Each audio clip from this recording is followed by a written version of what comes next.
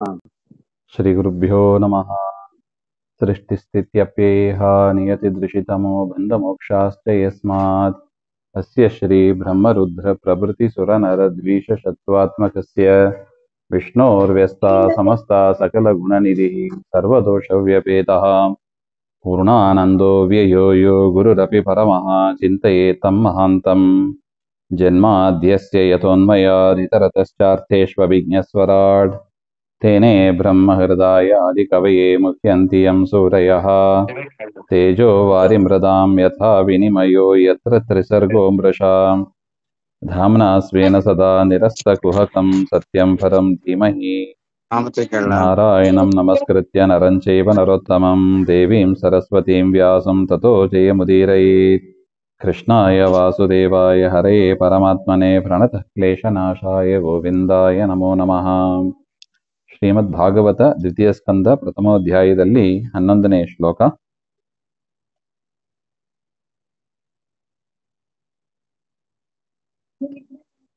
ಏತನ್ನಿರ್ವಿದ್ಯಮಾನಾನಾಂ ಇಚ್ಛತಾಂ ಅಕುತೋ ಭಯಂ ಯೋಗಿನಾಂ ನೃಪನಿರ್ಣೀತಂ ಹರೇರ್ನಾಮಾನುಕೀರ್ತನಂ. ಏತನ್ನಿರ್ವಿದ್ಯಮಾನಾನಾಂ ಇಚ್ಛತಾಂ ಅಕುತೋ ಭಯಂ. ಯಾರು ಈ ರೀತಿಯಾಗಿ ಶಮದಮಾದಿ ಗುಣದಿಂದ ಕೂಡಿದವರಾಗಿ ಮೋಕ್ಷವನ್ನ ಬಯಸ್ತಾರೆ ಅವರಿಗೆ ಕರ್ತವ್ಯತೆಯ ಶಾಸ್ತ್ರೇ ನಿರ್ಧಾರಿತಂ. ಪರಮಾತ್ಮ ಅವರಿಗೆ ಶಾಸ್ತ್ರದಲ್ಲಿ ಬೇಕಾದ ವಿಚಾರಗಳನ್ನೆಲ್ಲ ಹೇಳಿದ್ದಾನೆ. ಆ ಶಾಸ್ತ್ರವನ್ನ ಕೇಳಿ ತಿಳಿದು ಆಚರಣೆ ಮಾಡತಕ್ಕವರಿಗೆ ಭಯ ಎಲ್ಲಿಂದ ಬರುತ್ತದೆ? ಅದರಿಂದ ಯೋಗಿಗಳಿಗೆ ಜ್ಞಾನಿಗಳಿಗೆ ಭಯ ಇರೋದಿಲ್ಲ ಅಂತ ಹೇಳ್ತಾರೆ. ಹರೇಹೇ ನಾಮಾನುಕೀರ್ತನಂ.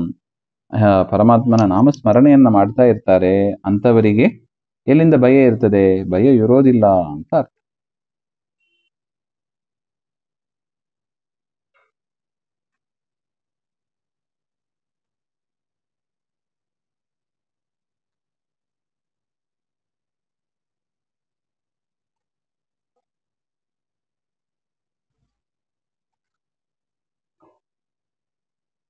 ಕಿಂ ಪ್ರಮತ್ತಸ್ಯ ಬಹುಭಿಃ ಪರೋಕ್ಷೈರ್ ಹಾಯನೈರಿಹ ಪರಂ ಮುಹೂರ್ತಂ ವಿದಿತಂ ಘಟತೆ ಶ್ರೇಯಸೇ ಯತಃ ನನು ಭಗವದ್ವಿಷಯ ಗ್ರಂಥಶ್ರವಣಾದಿಕಂ ಅತ್ಯಂತ ಅಲ್ಪಾಯುಷಃ ಮಮ ಕಥಂ ಘಟೇತಿ ಇತಿ ಶಂಕಾ ಮಹಾಭೂತ್.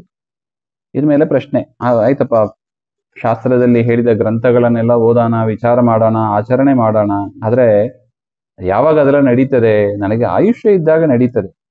ನನಗೆ ಶಾಪ ಇದೆ, ಶಾಪಗ್ರಸ್ತನಾಗಿ ನಾನು ಕೂತಿದ್ದೀನಿ. ಇನ್ನು ಎಷ್ಟು ದಿವಸ ಆಯುಷ್ಯ ಇದೆ? ನನಗೆ 7 ದಿನ ಅಷ್ಟೇ ಆಯುಷ್ಯ ಇದೆ. 7 ದಿನದಲ್ಲಿ ನಾನೇನ್ ಮಾಡ್ಲಿಕ್ಕಾಗ್ತದೆ ಅಂತ ಒಂದು ಶಂಕೆ ಬರುತ್ತದೆ.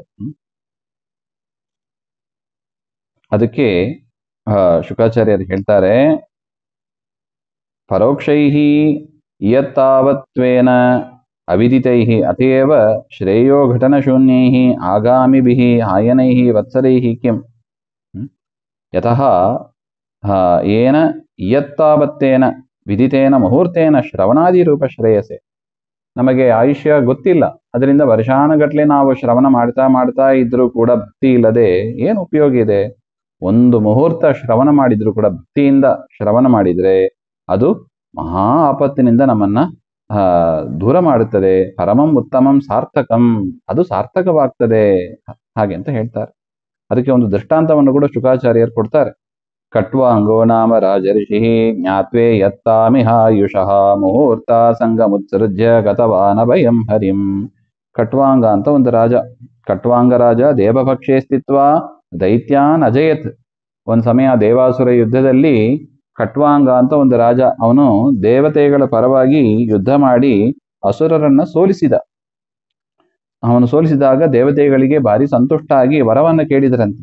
ಏನು ಬೇಕಪ್ಪ ನಿಂಗೆ? ವರ ಕೇಳು ಹಾಗೆ ಅಂತ ರಾಜನಿಗೆ ಕೇಳಿದಾಗ, ಪ್ರಥಮಂ ತಾವನ್ ಮಮ ಆಯುಹು ಕತ್ಯತಾಂ. ಆಗ ಆ ದೇವತೆಗಳು ವರ ಏನ್ ಬೇಕು ಕೇಳಿ ಹಾಗೆ ಅಂತ ಹೇಳಿದಾಗ ಖಟ್ವಾಂಗ ರಾಜ ನನಗೆ ಎಷ್ಟು ಆಯುಷ್ಯ ಇದೆ ಹಾಗೆ ಅಂತ ಕೇಳಿದನಂತೆ. ಆಗ ಅವರು ಹೇಳಿದ್ರು, ತತ್ತು ಮುಹೂರ್ತ ಮಾತ್ರಂ ಅವಶಿಷ್ಟಮಸ್ತಿ. ಒಂದು ಮುಹೂರ್ತ ಕಾಲ ಅಷ್ಟೇ ಉಳಿದಿದೆ. ಒಂದು ಮುಹೂರ್ತ ಅಂದ್ರೆ 48 ನಿಮಿಷ. ಒಂದು ಮುಹೂರ್ತ ಅಂದ್ರೆ 2 ಗಳಿಗೆ 48 ನಿಮಿಷ ಅಷ್ಟೇ ಆಯುಷ್ಯ ಉಳಿದಿದೆ ಹಾಗಂತ ಹೇಳಿದಾಗ ತಥೋ ಭೀತಸ್ಸನ್, ತುಂಬಾ ಹೆದರಿಬಿಟ್ಟ ಅಂತ ಅವನು.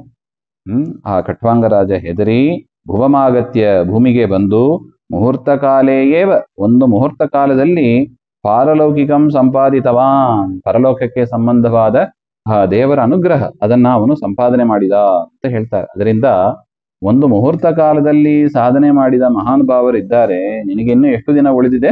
7 ದಿವಸ ಉಳಿದಿದೆ. ಅದರಿಂದ ನೀನು ಹೆದರಬೇಡ ಹಾಗೆ ಅಂತ ಶುಕಾಚಾರ್ಯರು ಹೇಗೆ ಮನಸ್ಸಿಗೆ ಧೈರ್ಯವನ್ನು ತಂದು ಕೊಡ್ತಾರೆ ನೋಡಿ. ತವಾಪ್ಯೇತರ್ಹಿ ಕೌರವ್ಯ ಸಪ್ತಾಹಂ ಜೀವತಾವಧಿ ಉಪಕಲ್ಪಯ ತತ್ಸರ್ವಂ ಯತ್ತಾವತ್ ಸಾಂಪರಾಯಿಕಂ. ಅದರಿಂದ ಕೌರವ್ಯ, ಪರೀಕ್ಷಿತ ರಾಜ, ನಿನಗೆ ಸಪ್ತಾಹಂ 7 ದಿವಸ ಉಳಿದಿದೆ.